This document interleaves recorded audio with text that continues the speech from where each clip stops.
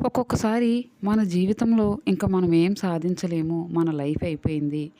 మన లైఫ్ ఇంతే.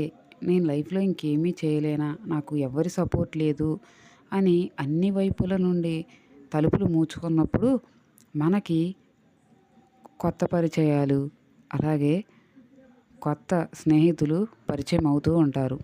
అటువంటి ఫ్రెండ్స్ నాకు డిజిటల్ మహిళ ప్లాట్‌ఫార్మ్ ద్వారా దొరికారు. ముఖ్యంగా చెప్పాలంటే మా కోచ్ అశ్లేష మేడం. ఎప్పుడు మనం నెగెటివ్ ఆలోచనలు వచ్చినా ఒకసారి మేడం వాయిస్ వింటే చాలు. మన బాడీ మొత్తం కూడా పాజిటివ్ వైపుకి మరలుతుంది.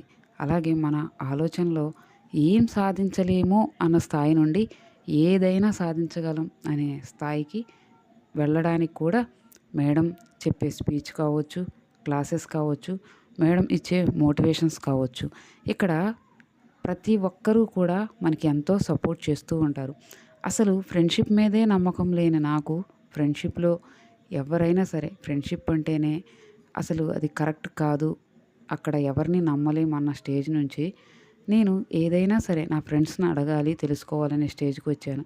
నేను చేసే ప్రతి పనిలోనూ తప్పా, ఒప్పా అని ముక్కుసూటిగా చెప్పగలిగే ఫ్రెండ్స్, నన్ను వెన్నంటే ఉండి ప్రోత్సహించే ఫ్రెండ్స్ ఇక్కడ నాకు ఎంతోమంది ఉన్నారు. అదే డిజిటల్ మహిళ ప్లాట్‌ఫార్మ్.